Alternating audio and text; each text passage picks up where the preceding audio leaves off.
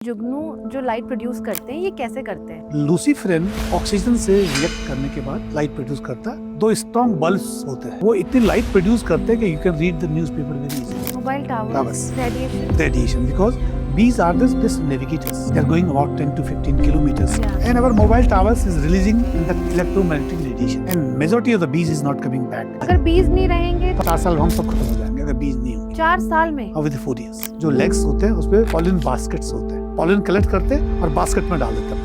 कैसे जब बीज इतनी कम हो चुकी हैं तो इतना हनी कहाँ से रहा? क्या ये आर्टिफिशियली बनाया? आर्टिफिशियली बन रहा है। गंगोत्री नेशनल पार्क जिन्होंने उसको देखा तो ब्लू शिप मारी हुई थी, वो मार के उसने अंदर सुखाने के लिए रखी हुई और लकड़ी के लिए भोजपत्र था वो भी काट के रखा हुआ था। बट अभी जो हमारे यहाँ जो मेन प्रॉब्लम जो होती है कीड़ा लड़ी की, चाइना ही सब चाइना ही जाता है। 18-20 लाख रुपए किलो कोई बड़ी चीटियाँ। They make multiple tunnels inside of the soil. The height was greater than the wall of China. What are you saying? Yes, dragonflies जो बच्चे पानी का जहाज इसको बोलते हैं। जिसको हेलीकॉप्टर बोलते हैं। They are the best indicators for the cleaning of the water. ये आपको पानी का टेस्ट करने की जरूरत ही नहीं। स्पाइडर से सिल्क? Yes. पे नेस्ट बनाते हैं ना नेट। हाँ। That is silk. Bullet proof jackets जो बनती हैं स्पाइडर सिल्क से बनती हैं। आज हमारे साथ हैं इंडिया के बेहतरीन साइंटिस्ट में से एक वीपी उनियाल जी, और जो अपनी सर्विसेज जो है wild life institute of India में दे चुके हैं, प्लस अब ग्राफिक एरा के साथ एसोसिएटेड है। सर, सबसे पहले तो मैं ये जानना चाहूँगी कि अपनी लाइफ के इतने साल आपने इसमें लगाए अब, और हमारे जो इंसेक्ट्स हैं, एंटोमोलॉजी जिसको बोलते हैं, कीट विज्ञान, इसमें आपने कैसे रुचि आई और कैसे इस तरफ आपका आना हुआ? नहीं, मेरा मास्टर्स तो एमएससी जूलॉजी एंटोमोलॉजी में रहा है और इंटरेस्ट कैसे जागृत हुआ इसके लिए तो कह पाना मुश्किल है, but it was very fascinating because of the most of the insect like butterflies and other groups कि जो इकोनॉमिकली इंपॉर्टेंस भी हैं बायोडाइवर्सिटी के लिए, और उसकी वजह से भी मैंने इसमें मास्टर्स किया। Then my PhD was on entomology zoology. One were very fascinating and good creatures of called click beetle family Elatridae of order Coleoptera। तो उस पे मेरा देश का पहला पीएचडी था। तो उसका नाम क्लिक बीटल इसलिए है कि उसका जो प्रोनोटम होता है dorsal side of the beetle, उसमें एक स्पाइन एक सॉकेट होता है। तो जब वो मूवमेंट करता है तो स्पाइन जो है सॉकेट में फिट होता है और वो क्लिक क्लिक की आवाज करता है और जंप करता है।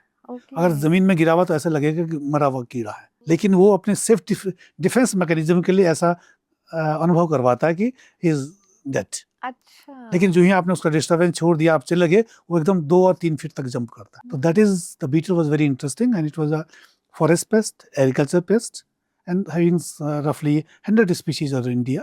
तो मेरा उसमें पीएचडी था। और उसके बीटल्स में एक बड़े इंपॉर्टेंट फैक्टर्स था कि कुछ स्पीशीज उसका बीटल का जो ऊपर सर वाला भाग आप समझ लीजिएगा, प्रोनोटम कहते हैं। प्रोनोटम के 2 पोर्शन में लेफ्ट एंड राइट पे 2 स्ट्रॉन्ग बल्ब्स होते हैं। अच्छा। कुछ स्पीशीज में, and some of the species has been reported long back from North East India. वो इतनी लाइट प्रोड्यूस करते हैं कि you can read the newspaper very easily. अच्छा। यस। तो आपको लगेगा कि इंसेक्ट या मल्टीपल? एक इंसेक्ट, सिंगल बीटल।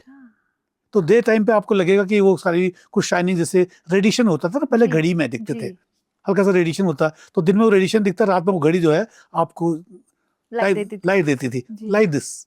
तो रेडिएशन था उसमें। अच्छा। तो वो बहुत बड़ी बीटल, लेकिन इंडिया में अभी उसकी और स्पीशीज पे किसी ने काम नहीं किया, पता भी नहीं कि क्या स्थिति है। और मेरा जो पीएचडी का एरिया था that I work in Rajasthan and Gujarat states. और लेकिन उस बीटल में यूएस में काफी जगह मिलती है। उसका एक जीनस है कार्डियोफोरस।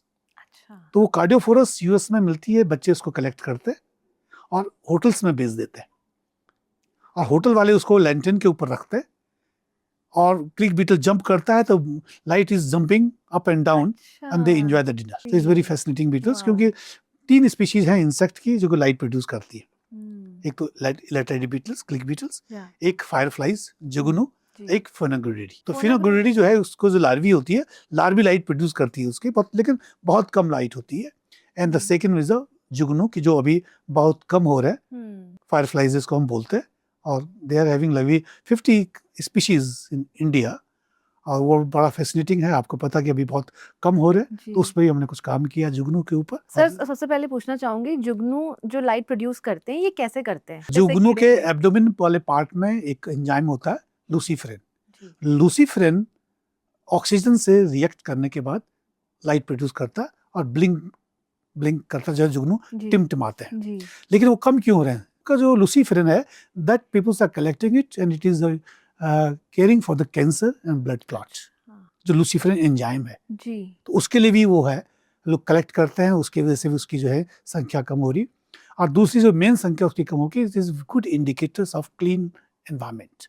जुगनू सिर्फ आपको वहीं पे दिखेंगे जहाँ पे किसी भी तरह का कोई पॉल्यूशन नहीं है, चाहे वो पेस्टिसाइड फर्टिलाइजर्स हो, पेस्टिसाइड हो या प्लास्टिक और गंदगी हो, वहाँ पे जुगनू नहीं मिलेंगे आपको। और जहाँ पे बहुत ज़्यादा लाइट हो, और अभी जो जुगनू कम हो रहे हैं हमारे यहाँ, वो सबसे बड़ा फैक्टर्स है उनका लाइट की वजह से, कि हमें जहाँ पे लाइट जरूरत नहीं है हमने भी वहाँ पे ब्राइट लाइट लगा दी, और हमारी लाइट का जो सिस्टम वो चेंज हो गया।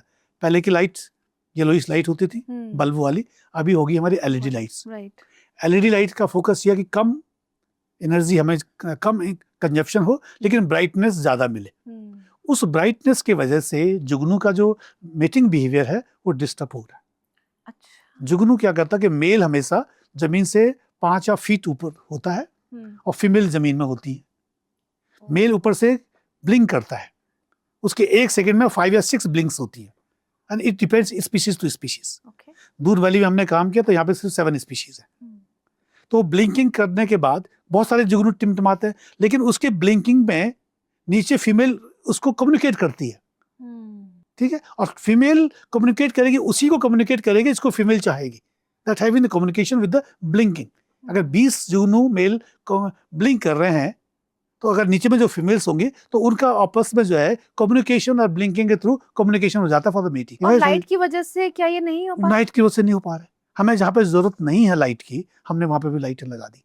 पार्क में हमें लाइट जो हमने लगी है हमारी रोड साइड पे या हाईवेज पे है, वो लाइट्स जो है उनका फ्लेम्स कंप्लीटली ओपन है, हमने इस तरह के लगा दिए हैं हमारे जो एलईडीज हैं, तो लाइट पूरी फैल जाती है। तो फैलने की वजह से चारों तरफ चलती है। अगर हम उस लाइट को कम करें या हम उसको स्पॉटलाइट करें तो कम एरिया कवर होगा रोड का। तो that is majority of the countries they started it. And recently, some of the scientists, I recently back from this international conference of fireflies, जो कि पहली बार हिंदुस्तान में हुआ, वो कन्नूर यूनिवर्सिटी केरला में था, and that I presented the papers and interacted with the scientists. तो कई कंट्रीज में ये गाइडलाइंस है कि वो लाइट फुल ब्लीम्स की लाइट नहीं यूज करें। कार में भी हम लोग ड्राइव करते हैं, फुल ब्लीम पे अलाउड नहीं है चलाना, लेकिन हम फिर भी चलाते हैं। तो वही लाइट की वजह से it is light pollution in the case of fireflies and it is disrupting their mating behavior, जिससे कि जुगनू कम हो रहे हैं। सेकंड फीचर्स हमारे हर जगह पॉल्यूशन फर्टिलाइजर्स की है। It is then third one is the canopy of the tree is very important. आपने देखा होगा पेड़ तक बहुत टिमटिमाते हैं, कैनोपीज है, तो there are multiple factors for affecting this life of the way. लेकिन इससे कंजर्वेशन के लिए large number of organization worldwide working on fireflies, उनका अपना एसोसिएशन है। और जुलाई के first weekend first Saturday and Sunday of July whole world is celebrating विश्व जुगनू दिवस। और क्यों इंपॉर्टेंट है जुगनू बचाना? जुगनू island is very good indicators of biodiversity monitoring. अब मॉनिटरिंग के इंडिकेटर्स हैं, indicators means they can monitor indicate the health of the ecosystem. तो जुगनू is one of the important indicators for the clean atmosphere, clean soil structures. अगर वो अंडे मिट्टी में देते हैं, लीफ लिटर में देते हैं, अगर मिट्टी में पेस्टिसाइड फर्टिलाइजर होगा तो वो कैसे सर्वाइव करेगा? अब हाइबरनेशन में चले जाते हैं। अभी विंटर में आजकल देखिए तो जुगनू नहीं मिलेंगे आपको, तो दे सब मिट्टी में है वो, और पत्थरों के नीचे, पत्तों में, जंगलों में है वो कई टाइम के लिए। और आपके अप्रैल के बाद रफली जब थोड़ा मौसम ठीक होता है, हाँ स्प्रिंग के बाद, तो आप निकलने शुरू हो जाएंगे। क्या ये रूरल एरिया में ज्यादा पाए जा रहे हैं आजकल? ये कहना भी ठीक नहीं है कि रूरल एरिया में ज्यादा, वो तो कोई शहर में भी काफी ऐसे, देहरादून में हमने देखा तो देहरादून का जो कड़वा पानी रेंज है, अच्छा, हाँ उस एरिया में हम अभी प्लान कर रहे हैं कि कड़वा पानी रेंज को हम इस साल जुगनू के लिए, टूरिज्म के लिए सिर्फ 1 महीने के लिए, या जब हमारा विश्व जुगनू दिवस होता है उस टाइम सिटीजन साइंस अप्रोच करें, आम जनता को कहें कि आप जुगनू देखिए आइए। और ये है कि ये भी कहते हैं कि भाई साइंस और कंजर्वेशन सिर्फ उसी का काम नहीं है जो सिर्फ कंजर्वेशन पढ़ता, सिटीजन्स का भी काम है। सिटीजन्स का काम है। Any common man can do it, any engineer can conserve the biodiversity. इसमें तो किसी का ये नहीं कि यही करेंगे जिन्होंने बायोलॉजी पढ़ी है वही बायोलॉजिकल साइंस का ध्यान रखेंगे। तो उसको जनता तक पहुंचाने के लिए, to communicate to the rural areas and participation of every citizen, that is a citizen science तो हर सिटीजन इसको रिपोर्ट कर रिपोर्ट सकता करें, है हाँ। ताकि कंजर्वेशन किया जा सके और स्पेशलिस्ट उस पर्टिकुलर स्पीशीज के आके उसमें और हेल्प कर हेल्प सके। कर सकते हो। सफाई वाले का काम, ध्यान सिर्फ सफाई वाले का ही थोड़ी है, जी, हमारा भी तो ध्यान है यार, बिल्कुल। और आदमी की रिस्पॉन्सिबिलिटी है। जैसे हमने बात करी कि जुगनू बहुत इंपॉर्टेंट है हमारे इकोसिस्टम के लिए, ऐसे और भी बहुत सारी स्पीशीज होंगी। सीरियस थॉट है, डिक्लाइन हो रहे हैं, वो है pollinators. What do you mean by pollinators? Pollinators मतलब अगर पॉलिनेटर्स वो छोटे से, चाहे वो बर्ड्स में हैं, बर्ड्स आर द पॉलिनेटर्स, जो पॉलन की फ्लावर के साथ में पॉलिनेशन का एक्सरसाइज करते हैं और हमारे लिए भोजन देते हैं। लाइक हनी बीज, हनी बीज हैं, तो पॉलिनेशन के बाद ही हमें कोई भी फ्रूट्स और सीड मिलेगा। If there is no pollination cycle, it is not possible to survive. They are our ecosystem service providers, हमें फ्री सर्विस दे रहे हैं pollinators, and those majority of the bees are declining. अगर pollinators नहीं होंगे, and there pollinators are called as selective feeders. हमारे दिमाग में लोग ये समझते हैं कि पॉलिनेटर्स आ गए हैं और पॉलिनेटर्स विल क्रॉप और ऑल क्रॉपिंग सिस्टम, हमारे जितने भी क्रॉप्स हैं, हर क्रॉप्स को पॉलिनेट करके और चले जाएंगे। In never it, they are specific feeders like us, our taste is different, तो उनका भी टेस्ट डिफर है। इस बात का क्या मतलब है? ये जो मधुमक्खी है या भौरा है, ये नहीं कि वो हर क्रॉप को पॉलिनेट करेगा, they prefer different flowers, and every flower is different colour, and every flower is different fragrance, and every flower is different shape, and within the shape of the flowers the pollen is different and quantity of the pollen is different. This is very interesting. Yes, तो वो भाई हर फूल का अलग है ना, संसार ही जैसे अलग। किसी को मीठा खाना पसंद है, किसी को नमकीन खाना पसंद है, तो पॉलिनेटर्स भी उसको चूज करते हैं, that you can say is specific feeders हैं वो। उसके लिए क्या होता है, पॉलिनेटर्स अलग अलग तरह के क्रॉपिंग को पॉलिनेट करते हैं, और उसमें एक बड़ी टर्मिनोलॉजी आती है हमारे यहाँ गढ़वाल में कि दैट इज अ बारानाजा। इसका मतलब? बारानाजा मींस 12 क्रॉप्स। अच्छा, जो ट्रेडिशनल एग्रीकल्चर सिस्टम गढ़वाल का था, दैट इज बारानाजा।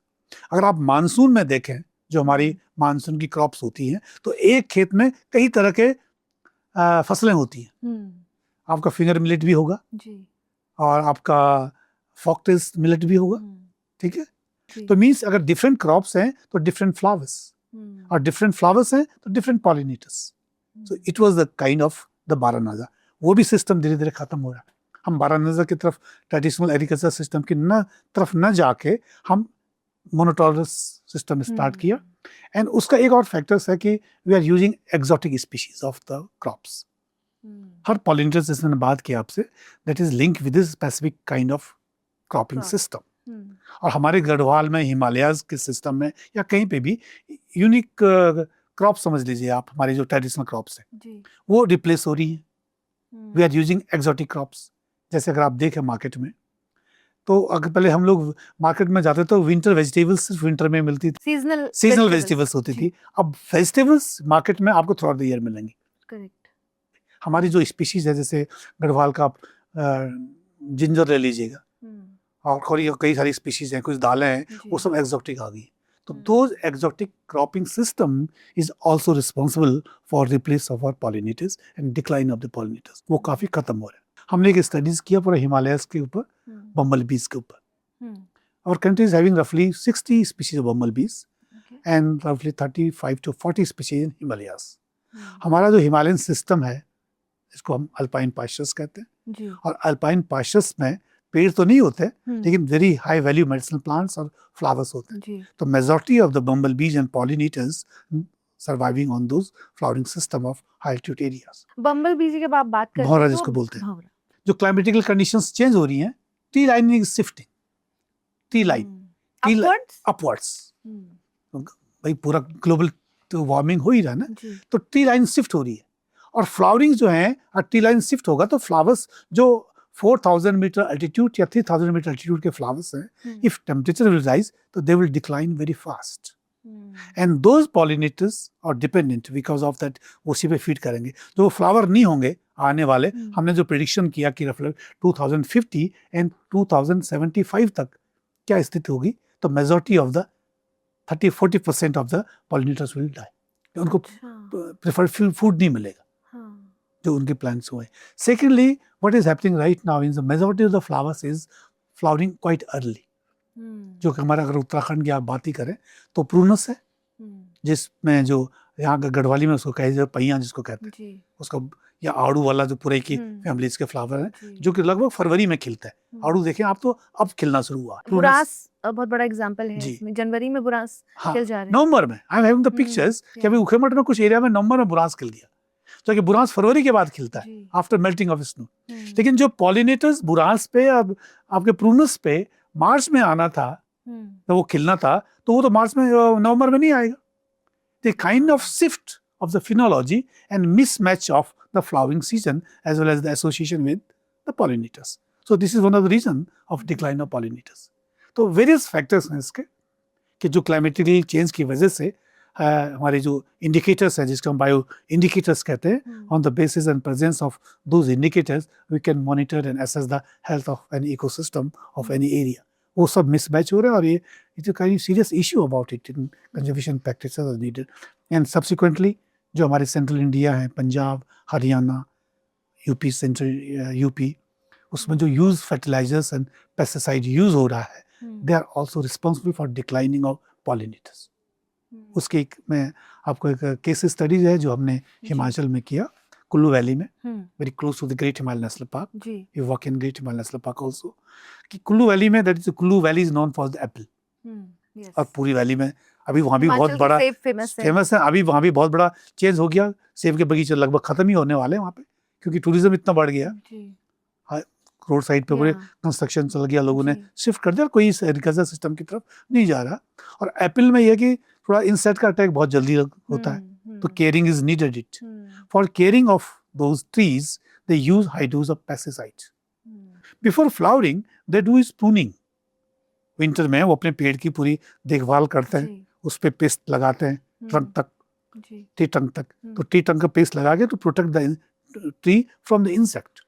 कोई इंसेक्ट और पॉलिनेटर बैठेगा, इट विल डाई ऑटोमेटिकली। जब फ्लावरिंग्स की बर्ड्स शुरू होती है, दे स्प्रे इट। जब फ्लावर से स्टार्ट होते हैं, दे स्प्रे इट। और उसके बाद फ्रूट आने तक रफली 6 टाइम हैज बीन स्प्रेड। अच्छा, तब वो मार्केट में एप्पल आपके पास आता है और आप उसको परचेज करते हैं। उससे पहले वो 6 बार कम से कम स्प्रे हो चुका होता है। अगर आपकी फल खराब होगा, आप परचेज नहीं करेंगे ना इसको।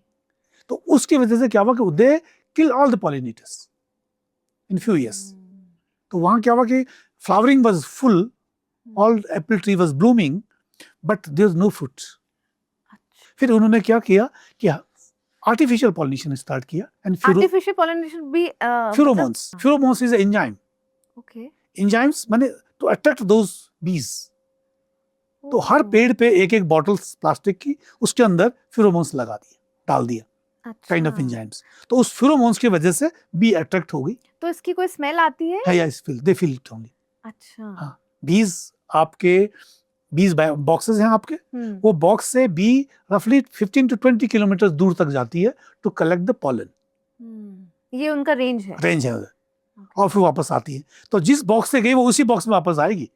यू हैविंग मल्टीपल बॉक्सेस, तो ये नहीं कि ए नंबर वाली बॉक्स वाली बी में चली जाए, never, because of this pheromones.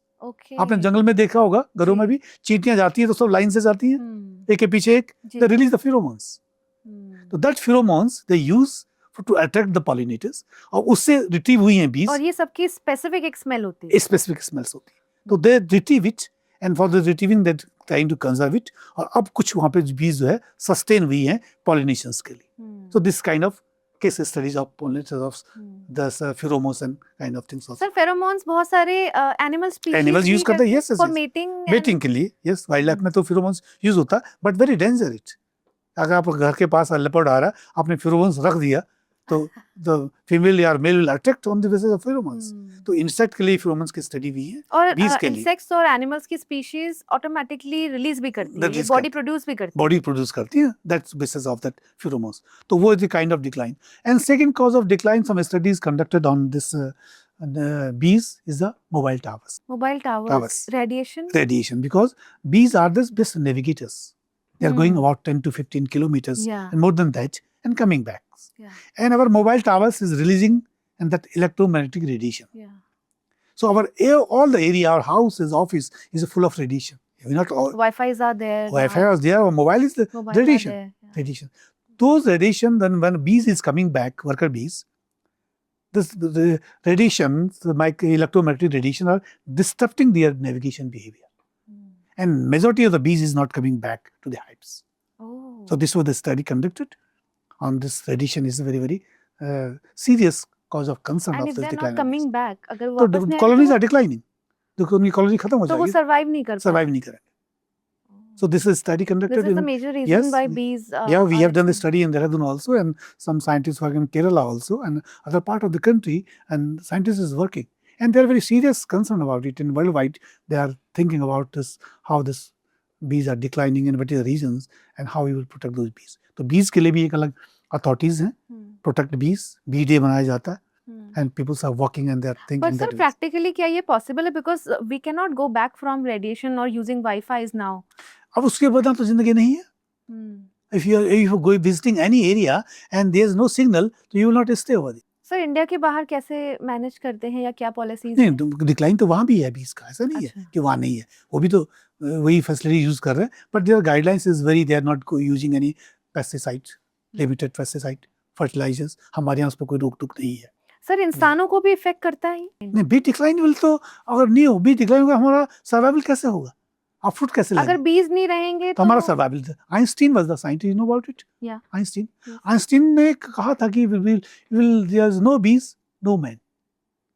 If we will decline, our life will be 4 years of life left. 4 साल में हम सब खत्म हो जाएंगे अगर बीज नहीं होंगे तो. 4 साल में? With 4 years. आप खाना कहाँ से लाएंगे? You can't generate food from computer. True. आप वाईफाई से फूड तो नहीं ले सकते ना.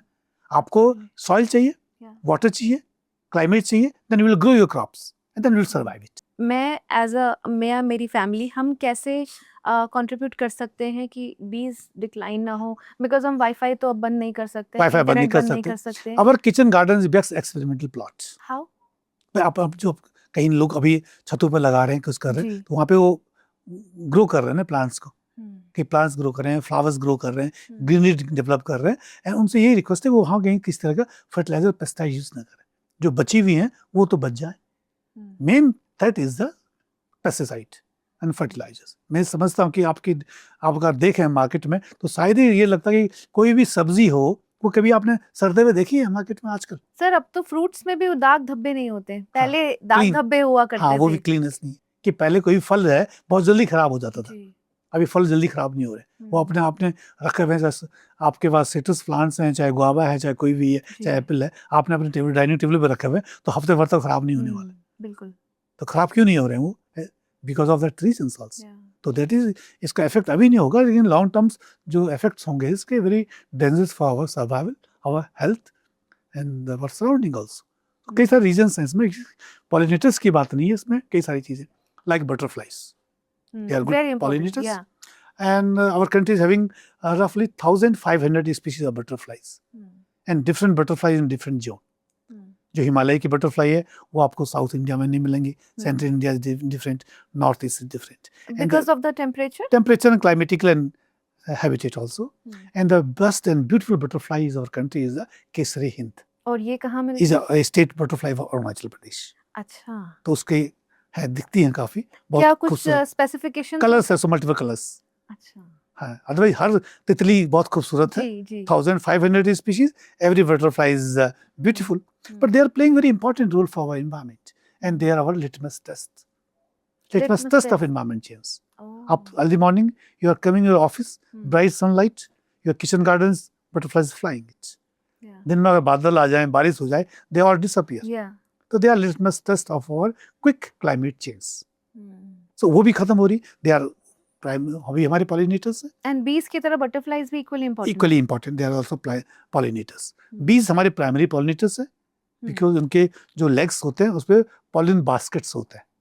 वो pollen को अब कभी गौर से देखिएगा आप. Microscopic view में नहीं, वैसे भी दिख जाता है. अच्छा. वो pollen collect करते हैं और basket में डाल देते हैं अपने. Legs basket होते हैं. अच्छा. और basket को लेके उड़ती है. Butterflies में pollen basket नहीं होता, पर butterfly also pollinate. तो then the bees is the primary pollinators. आप जरूर देखिएगा, गौर कीजिएगा. बहुत fascinating लग रहा है. Having the pollen baskets. तो those pollen basket is way. फिर उस pollen को भी अभी यूज करते हैं प्रोटीन्स के लिए. जब बीज में हमारे बॉक्सेस में जाती हैं बीज, तो एक स्मॉल सा होल होता है. वो hole is the size of the बीज.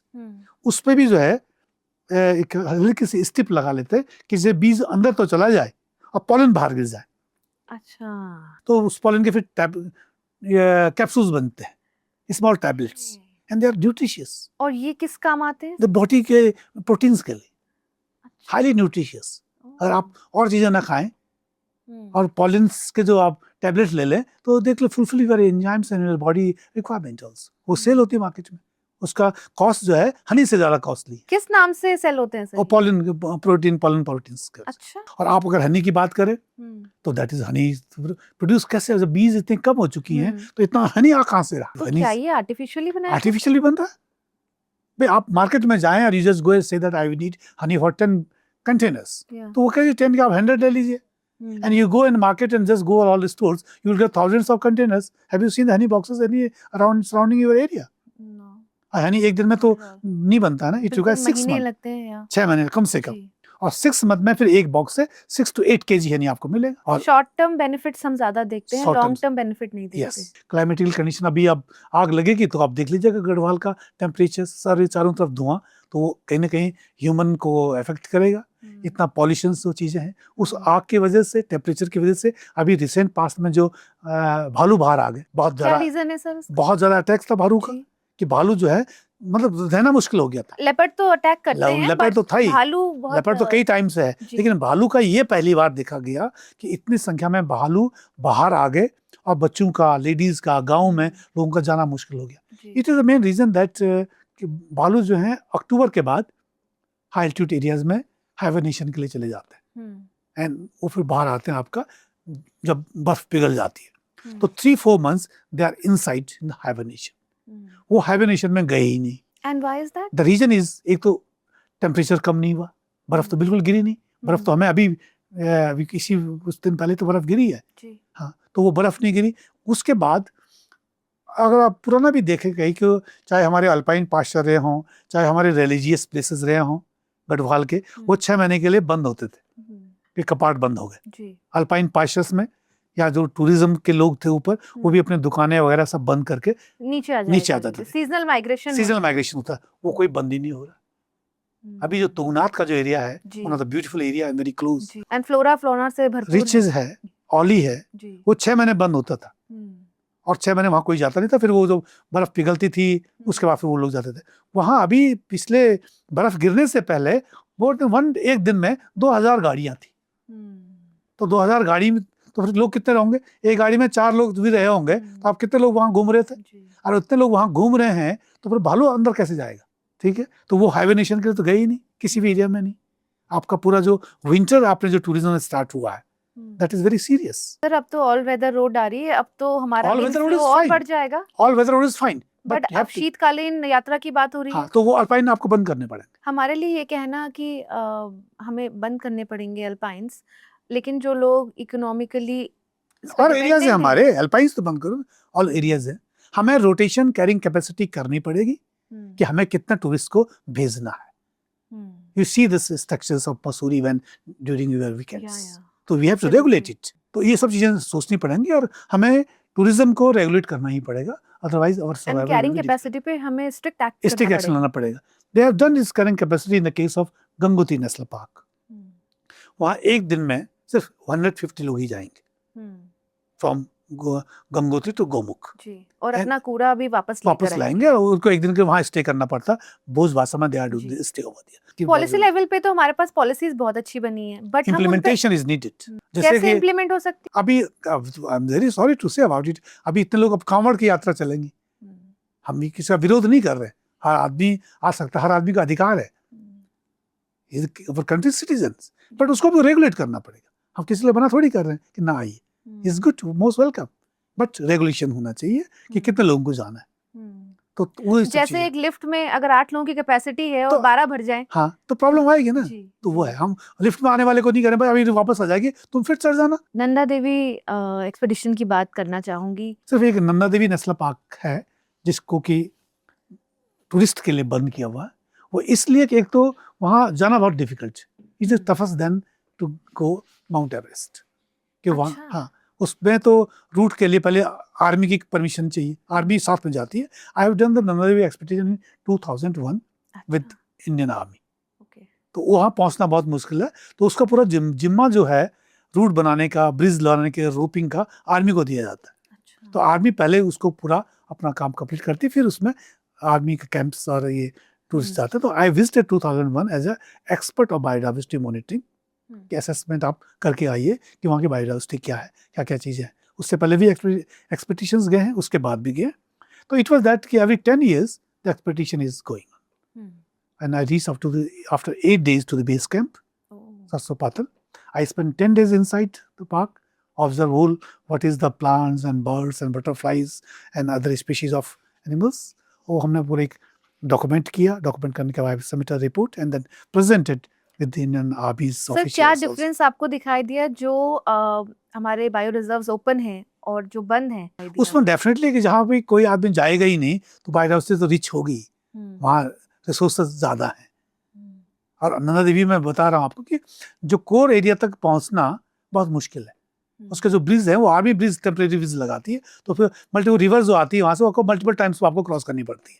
अच्छा। तो उस क्रॉसिंग के लिए जो रोप्स लगते हैं उस पर सब आर्मी यूज करती है उसको, देन वो विजिट करते हैं। Definitely the biodiversity of the area is highly rich, use medicinal plant and other species. Sir high altitude में क्या डिस्कवरीज रही हैं आपकी? हाई एल्टीट्यूड में बेसिकली वैसे तो मैं आप जा रहे तो सभी चीज़ें तो आपको मॉनिटर करनी पड़ेंगी। कांट से दैट कि आई एम एंटोमोलॉजिस्ट तो मैं सिर्फ कीड़े मकोड़े ही देखूंगा, इट्स नॉट लाइक दिस। आप मैं कहूँ आपको भोजपत्र जी, जो कि एक्सटिंक्ट होने हाँ की भोजपत्र कगार पे है। यूटिलिटी, तो भोजपत्र लास्ट ट्री, भोजपत्र के बाद फिर ऊपर कोई पेड़ नहीं होता, ओनली द बुग्याल्स हैं आपके। जी। तो जो लोग टूरिस्ट वहाँ जाते हैं या हर्ब कलेक्टर्स जाते हैं या जो भेड़ बकरी वाले जाते हैं तो they are staying on some of the alpine areas for 3-4 months।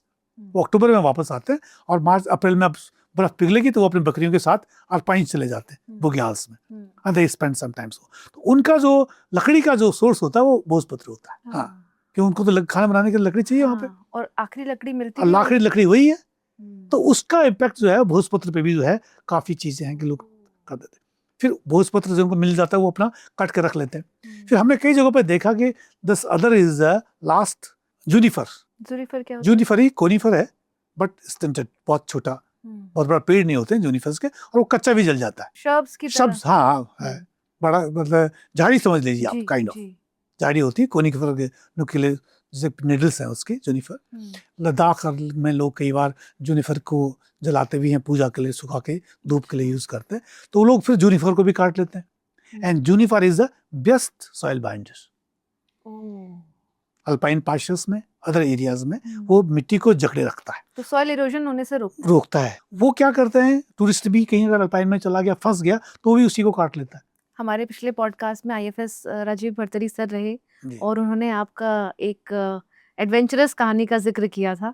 तो मैं जानना चाहूँगी कि क्या वाइल्ड लाइफ में किसी नेशनल पार्क में कभी आप जाते हैं तो वहाँ पे लोग कुछ स्मगल करते हुए या कुछ इस तरह के कार्टल्स के कुछ आपको ट्रेसेस देखने को मिलते हैं? It is a study is the story in 2004 in Gangotri National Park, actually 26th of October 2004, जहाँ तो मुझे याद है।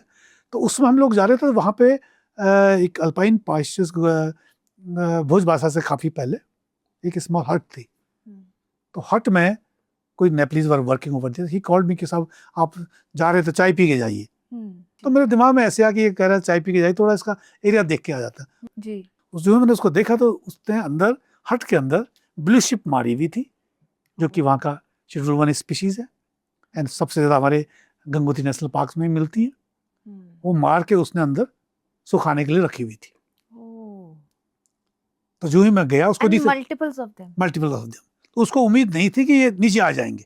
अच्छा। कर्सी कॉल ही कॉल्ड मी कि सब चाय पीने आ जाइए। हाँ। तो उन्होंने फॉर्मेलिटी के लिए आपको बोल दिया? हाँ, उसने फॉर्मेलिटी के लिए, उसने कभी नहीं था कि ये आदमी 300 मीटर नीचे आ जाएगा। कौन नीचे आता, बोले कि वो आदमी हाँ ये कहता कि साहब अगली बार आऊंगा। हाँ। 300 मीटर कौन उतरेगा नीचे। मैं चला गया। तो जो ही मैंने देखा तो फर्स्ट इमीडिएटली मेरे पास कैमरा था, मैंने सबसे पहले तो उसके पिक्चर्स ले लिए। Instead of we can do, मैंने उसके पिक्चर्स जो अंदर थे पूरे टके हुए थे ब्लू शिप कट के, उसके पिक्चर्स लिए एंड उस आदमी का पिक्चर लिया। देन मेरे साथ फॉरेस्ट गार्ड और एक दो स्टाफ था, ACF साहब थे। आई कॉल्ड हिम कि साहब जरा नीचे आइए। तो वो भी नीचे आए। तो नीचे आए के जो वहाँ पे लेबर थे 2, उनको पकड़ लिया वो भाग भी कहाँ भागते वहां से।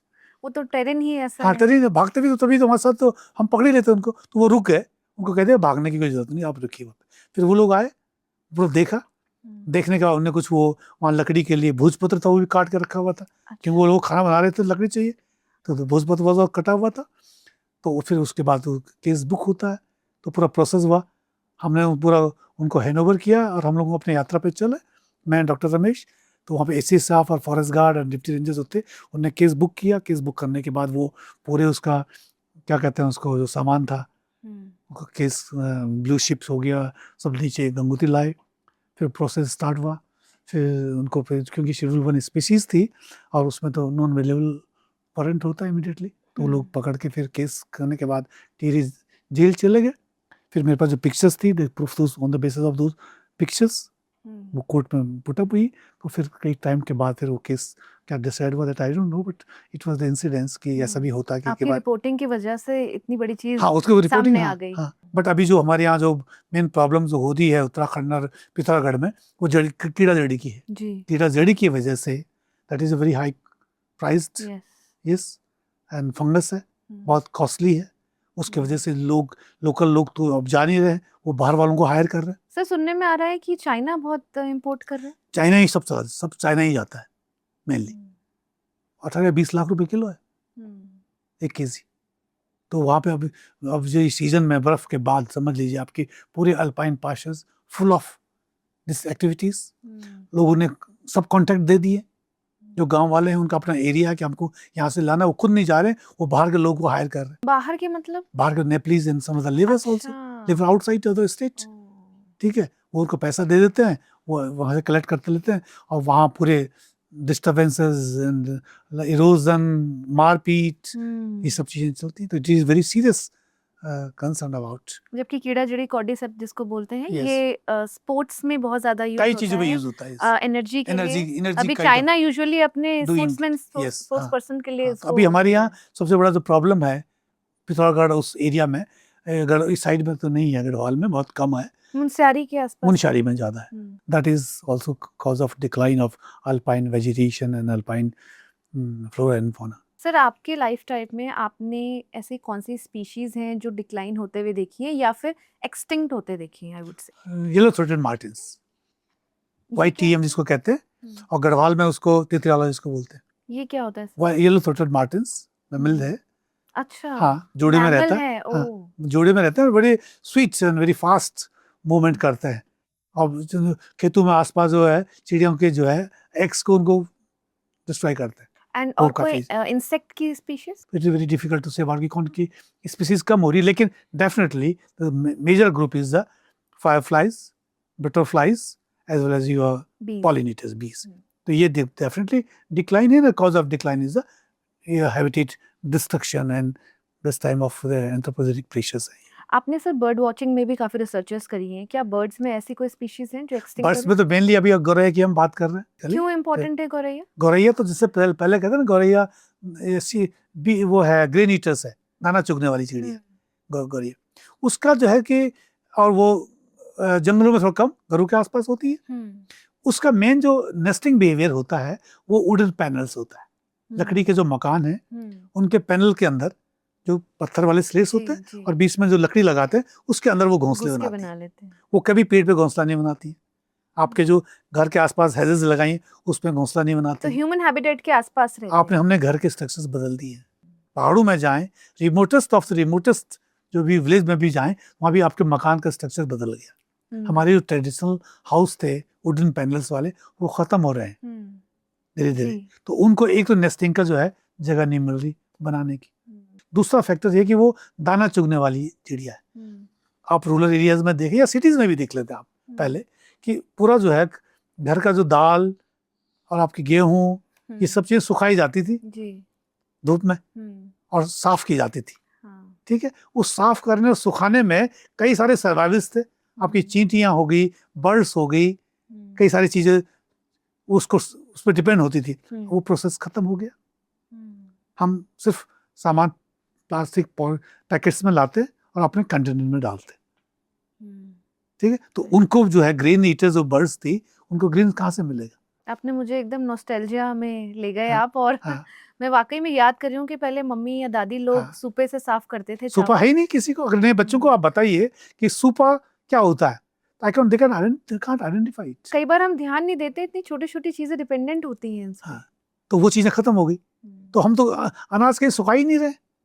अभी हम लोग गेहूं है या सीधा आटा ले रहे, कंटेनर में ले रहे, चीनी। और मुझे बताइए, कोई भी चीज खुली ले ही नहीं रहे। अगर कहीं पे ले भी रहे हैं खुली, तो हम घर में आके उसको कंटेनर में डाल रहे हैं, साफ रहती है। साफ रहती है। तो वो प्रोसेस हमने खत्म कर दिया ना, जो कि सर्वाइवल का प्रोसेस था, हमने और बस बुझा गौरैया दिया। क्यों इम्पोर्टेंट है ह्यूमंस के लाइफ के लिए? Everything is important. I'm not saying only Gora is important. Every animals, any birds, any flowers, सब हर कहीं उसका कहीं ना कहीं रूल है, कहीं ना कहीं। अभी चींटियों का रूल बताएं आपको। फॉरेस्ट में जाएं और गौर से देखें, you will see multiple varieties of colours of ants. कोई छोटी लाल रंग की, कोई बड़ी चींटियां अलग अलग साइज की, वो लाइन बना के चलती हैं, कभी जमीन के नीचे भी चलती हैं, टनल्स बनाती हैं। They make multiple tunnels inside of the soil. और उनका क्या यूज है? वो टनल जब बनाती हैं तो एक लंबी टनल के बाद फिर मल्टीपल टनल्स बनाती हैं, एक जाल सा बन जाता जाल से बनता है जमीन के नीचे। जी। ठीक है, उनका टनल्स होता है that percolate the water during monsoon. अच्छा। अदरवाइज आपको जमीन में, मिट्टी में ये मॉइस्चर कहाँ से मिलेगा? हमने तो टाइल्स लगा दी सब जगह। We close our road side, we close our parks. अभी कुछ दिन पहले कह रहे थे कि हमने पढ़ा था कि गांधी पार्क में जो पैदल चलने का रास्ता उसमें टाइल्स लगा दी। It was not required. पानी नीचे कैसे जाएगा?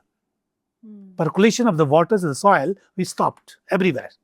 In our office, in our universities, in roadside, in gardens, अपने घरों के आसपास। तो फिर वो इसीलिए मॉनसून में ड्रेन की तरह सब बाहर आ जाता है सब पानी, जमीन क्योंकि जमीन में एब्जॉर्ब ही नहीं हो रहा है। तो वो भी स्टडीज हुई हैं, peoples has done it, and I didn't want to study on ants long back. One lady from US, she was the post doc professor, but Fulbright, she worked with me and we documented of the ants of Doon Valley, कि जहाँ पे agriculture fields हैं, pesticide हैं, wild life institute of India है, तो we documented that time is 25 species of ants. तो ants के पास का भी एक बहुत इंटरेस्टिंग वीडियो है। उन साइंटिस्टों ने क्या किया कि अगर एंट्स कितने नीचे तक जाती हैं तो हाउ विल मॉनिटर इट। इतने जमीन के नीचे पतली लाइन को देखना बड़ा मुश्किल है। तो उसमें दो चीजें होती हैं एंट स्टडी के लिए, या तो आप लिक्विड सीमेंट उसमें डालिए, अच्छा, जहाँ पे उनका मेन होल है। जब वो ईंटें कुछ दिन रहने के बाद उसको छोड़ देती हैं घर को, फिर दूसरी जगह चली जाती है, तो वो घर तो टनल सुरक्षित रहती है। तो या तो आप उसमें लिक्विड सीमेंट डालिए या लिक्विड जिंक डालिए। अच्छा, जिंक को गर्म कीजिए, लिक्विड डालिए और कुछ देर उसको फिक्स होने दीजिए, then you dig it, then you will get the structures. How fascinating. तो यूएस में जो उन्होंने डिग किया है, it was so, the height was greater than the wall of China. What are you saying? Yes. Really? Yes. 30 ton of cement, 30 ton of cements, they pour inside in one colony, ants colony. एक ants की colony में कई दिन लगे उनको जो liquid cement डालने पे।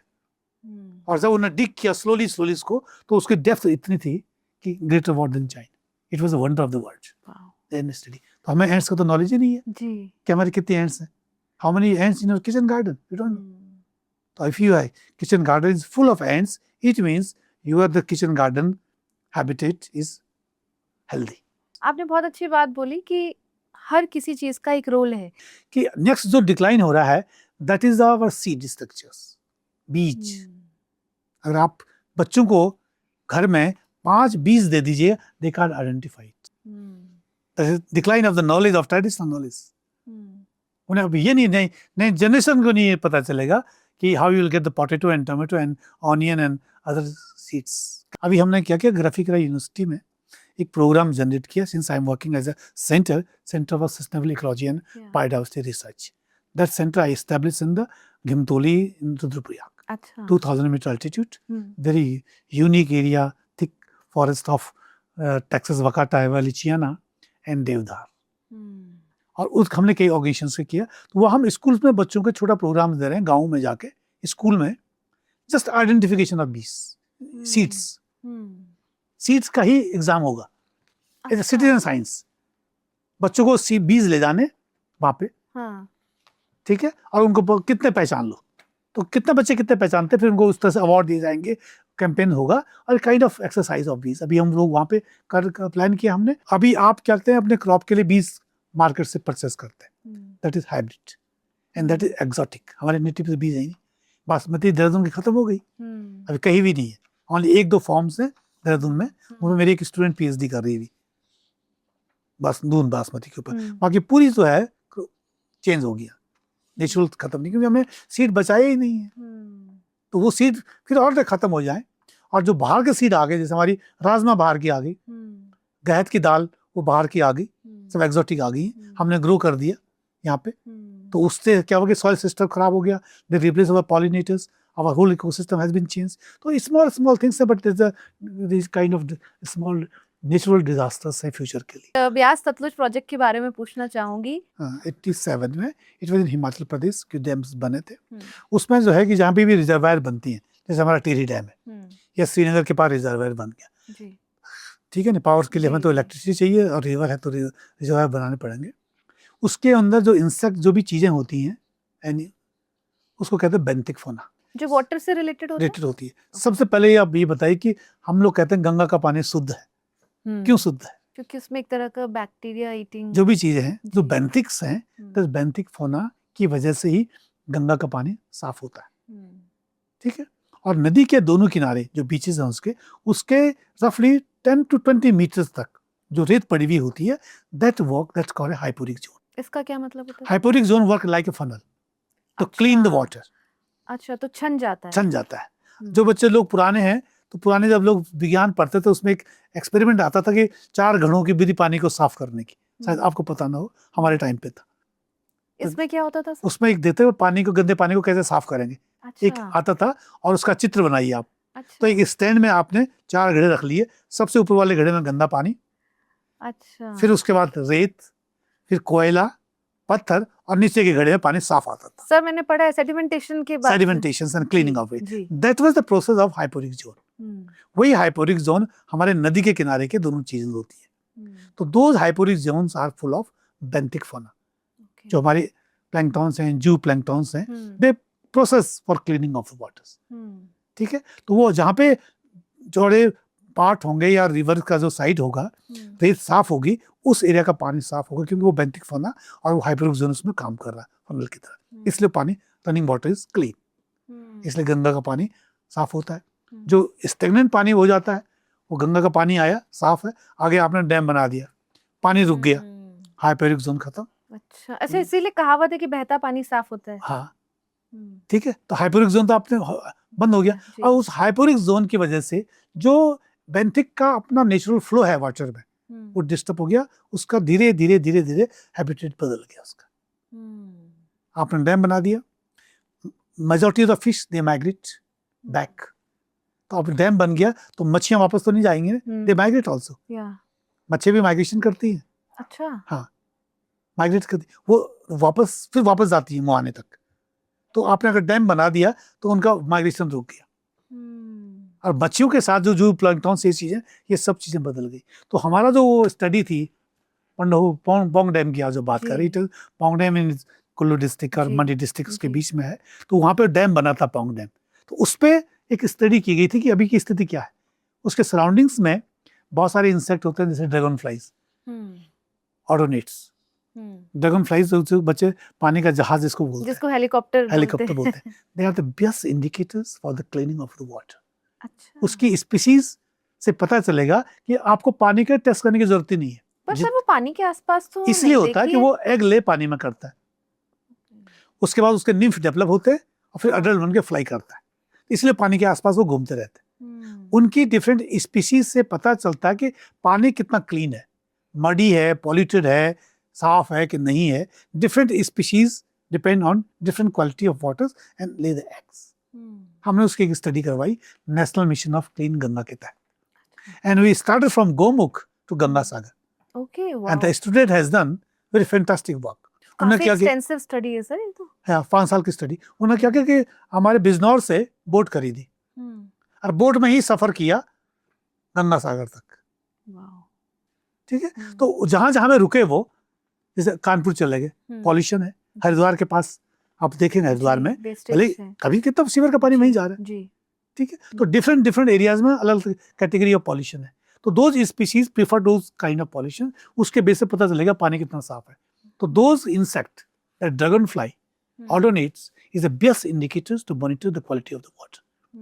उसके प्रेजेंस से बाद आपको पानी का टेस्ट करने की जरूरत ही नहीं है कि उसमें ऑक्सीजन लेवल कितना.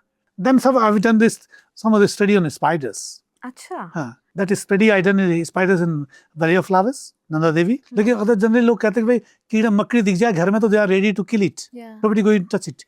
But in Europe, small farmers is breeding those spiders.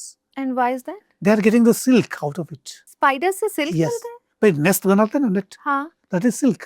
जो वेब कॉपवे Webs, बनाते yes, हैं. yes. तो those silk they are using for sarees and this material. से वो तो डिस्ट्रॉय हो No, जाता है. no, no, no, no.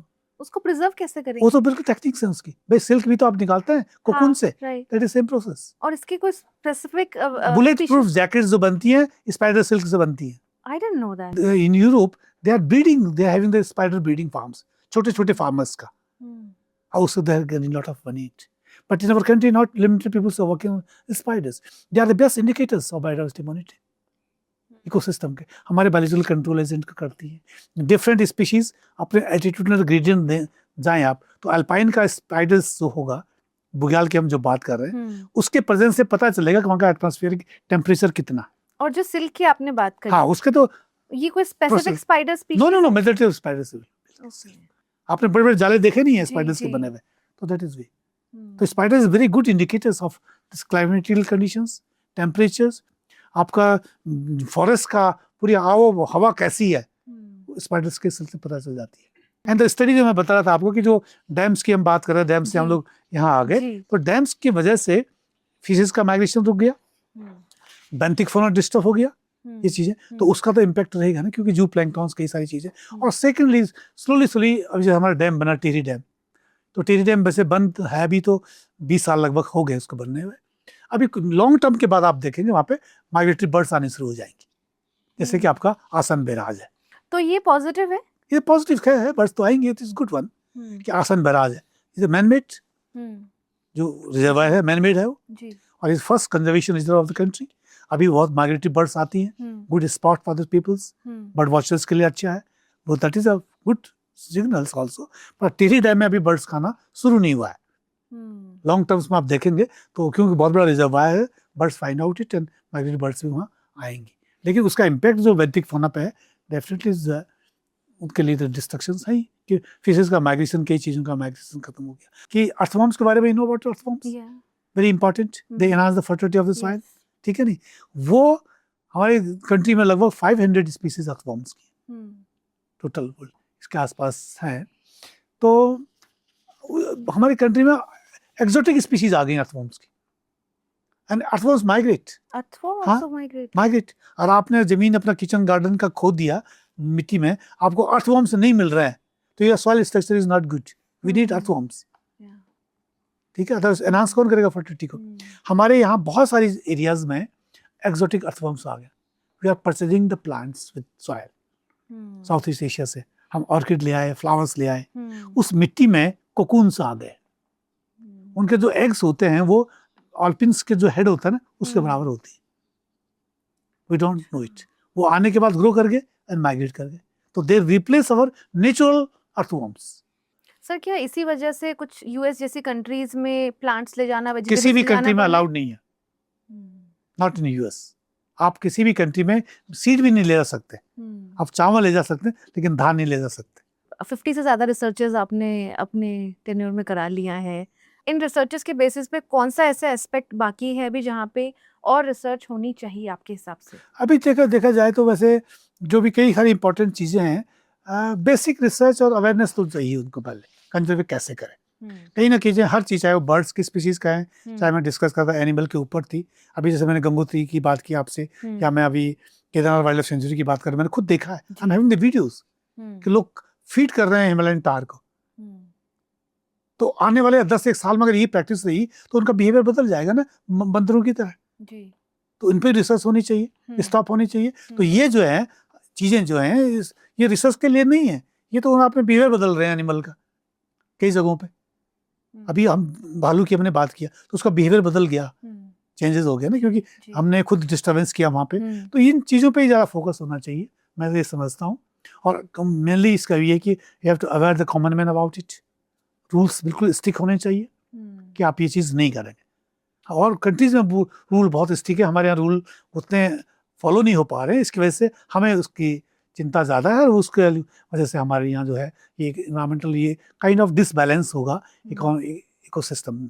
क्या चीज़ें होती जो अभी इनिशिएटिव आप ले रहे हैं कंजर्वेशन के, अगर वो 30 इयर्स बैक लेते तो क्या हम और बेटर होते आज? हैं बेहतर होता है, यस, ये डेफिनेटली। और अब मैं कहूँगा कि 30 इयर्स के बाद क्या होगा, जैसे हम लोग प्रिडिक्शन कर रहे हैं, वी हैव डन मॉडलिंग, कि हम लोग भी हर चीज़ मॉडलिंग के जी। होता है मॉडलिंग, कि 30 साल बाद क्या होगा। मुझे लगा कि 30 साल बाद बर्फ नहीं गिरेगी, अभी बिल्कुल कम होगी। इस साल तो सिर्फ एक ही दिन तो बर्फ गिरी है, बिल्कुल बिल्कुल। एक ही दिन बर्फ, और एक दिन की बर्फ की वजह से विंटर्स में बर्फ जो होती है वो पूरे सॉइल को मॉइस्चर देती है, और वही पानी आपका जो है जून और जुलाई तक काम चलता है, जब तक मानसून नहीं आपके पास आया। वो जून तक ग्लेशियर्स को रिफिल करते हैं रिफिल एक करने तरह के लिए हमारे जो नेचुरल गांव के वाटर बॉडीज थी वो ड्राई हो चुकी हैं कम्प्लीटली, और उसके बाद अभी आग की तैयारी है। फरवरी के बाद जो है आग लगेगी तो टोटली कम्प्लीटली ड्राई हो जाएंगे। So we are working on this project all the forest fire also. उसके इम्पैक्ट क्या है, एक दो स्टडीज हमने वो भी की, अभी स्टडीज हम कर भी रहे हैं कि कैसे उसको मिटिगेट किया जाए और कैसे किया जाए। तो ये तो स्लोली प्रोसेस है ना, ये तो मॉइस्चर नहीं मिला, बर्फ गिरी नहीं और आग और लगेगी, तो कैसे सर्वाइवल हो। सर कोई ऐसी स्पीशीज है जो क्रिटिकली एंडेंजर्ड है अभी? नहीं, तो कई स्पीशीज हैं क्रिटिकली इंडेंजर्ड। जैसे मैं आपकी बात कर रहा था कि हमारे बर्ड्स में बहुत ज़्यादा ही इंडेंजर्ड है। बर्ड्स में हमने जो फैसिलिटी की स्पीशीज हमें लगी है वह western tragopan. Western tragopan is a pheasant and locally known as jujurana. Kullu के हिमाचल प्रदेश में ग्रेट हिमालय नेशनल पार्क में मिलती है, और उसी के प्रिजर्वेशन के लिए उस पार्क को बनाया गया। Late 70s the survey was conducted in Himachal Pradesh with the expert of national and international कि they are planning to create a national park, कि भाई हमें एक नेशनल पार्क बनाना है और कहाँ बनाया जाए। तो the survey does Kullu district and they find that is an Great Himalaya National Park in Tirthan valley, कि वहाँ पे जजू राणा है, वो पक्षी चिड़िया है, और उसके प्रिजर्वेशन के लिए उन्हें एक पार्क डिक्लेयर किया। And the name of this park is a great Himalaya National park, is now world heritage site. That I am fortunate, I work in that area for 5 years।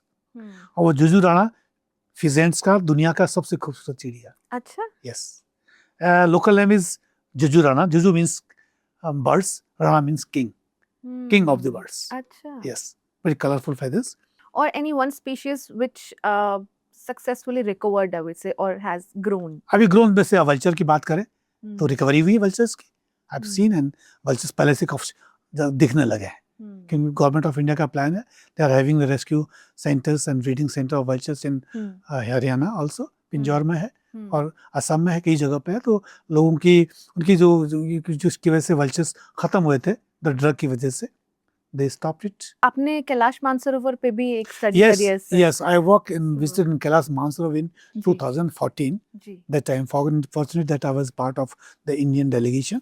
और हमारा एक प्रोजेक्ट चल रहा था कैलाश सेक्रेट लैंडस्केप, उसमें government of China, government of Nepal and government of India working, and the area was in Pithoragarh. तो Kailash sacred landscape का area था, उसमें एक एक्सपोजर विजिट था to see this habitat and what is the guidelines and facility and you can conservation measures by government of China.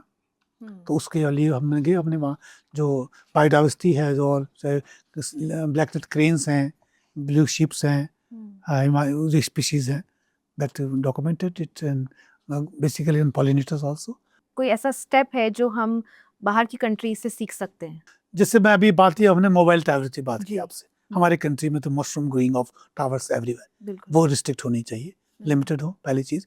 और सबसे बड़ा problem हमारे देश में, चाहे वो ह्यूमन हेल्थ की ले लें आप या इंसेक्ट के लिए ले लें, that is pesticide and fertilizers. हमारे यहाँ जितने भी आप देख लो ना, कि आप जो दूध ले रही हैं, यू नो इट्स कि आ कहाँ से रहा है। मैंने अब जो होली दिवाली जब आती है तो उसी ड्यूरेशन में सब ये लोग चेक करते हैं, पता चला पूरा सब नकली आ रहा है। मुझे लगता है कि हमें जिन कंट्रीज में हम गए हैं वहाँ हमने देखा, तो वहाँ पे क्लियर कट, अगर किसी वेजिटेबल्स की आप शॉप में जाएं या फ्रूट शॉप में जाएं तो वो टोटली ऑर्गेनिक है कि नहीं है, they are having the certificates and is मार्केशन सर्टिफिकेट है, और डेफिनेटली इज इट ट्रू कि रियली ओरिजिनल है कि नहीं है। और उन्होंने अगर पेस्टिसाइड यूज किया तो दे मेंशन इट कि ये इतना परसेंटेज इसमें हमने पेस्टिसाइड यूज किया, वो हमारी कंट्री में नहीं, ट्रांसपेरेंसी नहीं है। हम जो बेच रहे हैं that is very very unfortunate. Even Punjab, you can see it.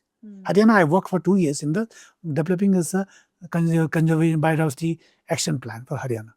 2 साल हमने काम किया और हरियाणा के लिए एक्शन प्लान लिखा. It is a very important document. और during that survey and documentation, we interacted with the farmers. उनसे पता चला कि वो कहते हैं कि जो हम अपने लिए अनाज रखते हैं उस पर हम कुछ नहीं डालते, जो हमारे कंजप्शन के लिए वो फील्ड हमारा बिल्कुल प्योर है. बाकी high dose of pesticide and fertilisers. मैं समझता हूँ कि कोई भी चीज़ नहीं होगा कि जिसमें आप फर्टिलाइजर्स ना हो, चाहे आप वेजिटेबल्स लें, मिल्क प्रोडक्ट ले लीजिए, फ्रूट्स ले लीजिए, एवरीवेयर इट. तो वो गाइडलाइंस हमारे देश में नहीं है. आए दिन कहते हैं कि नहीं कि हरा रंग की सब्जी है ग्रीन में डिप कर दिया, पनीर में बहुत सारे अडल्ट्रेशन आ रहे हैं. हाँ, जो ग्रीन वेजिटेबल्स हैं उसमें ग्रीन कलर में डिप करते हैं, तो इट्स लुकिंग वेरी फ्रेश. हम लोग हैप्पीली परचेजिंग इट कि भाई एकदम ग्रीन है, ताजी है. वो नहीं है. वो चेक और बैलेंसेस जो हैं वो स्टिक होने चाहिए. इतनी सारी बातें आपसे करने के लिए हैं लेकिन वक्त कम लग रहा है.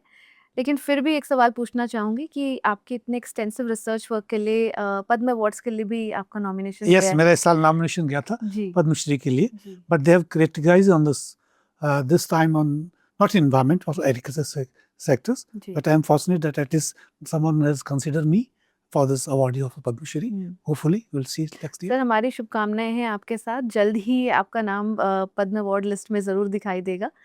इतना एक्सटेंसिव आपने काम किया है और इस जो पॉडकास्ट का हमारा अंतराल है इसमें मुझे ऐसा लग रहा है कि मैंने आज काफ़ी कुछ सीख लिया है. मुझे बेयर ग्रिल्स लर्निंग की कोई एज और कोई टाइम नहीं होता, सीखने की कोई ऐसी उम्र नहीं है. तो बिल्कुल ऐसे बेयर ग्रिल्स टाइप लग रहा है कि अगर मैं जंगलों में जाऊंगी तो एटलीस्ट मुझे पता होगा कि ड्रैगन फ्लाइज हैं तो वहाँ का पानी पिया जा सकता है. और अगर कहीं पर अर्थफॉर्म्स हैं तो सॉइल की क्वालिटी इंप्रूव हो सकती है. तो इस तरह के जुगनू जैसे आपने बोला. That is a few things of this forest visit is where keep your eyes open. Leave your footprints. आपने आज वापस से सिखा दिया है कि जंगल हमें बहुत कुछ चीजें सिखाते हैं और हमारी जो डाइवर्सिटी है इससे आज भी हम बहुत कुछ सीख सकते हैं. So thank you so much for imparting this knowledge sir. Fine. Thank you very much. Thank you.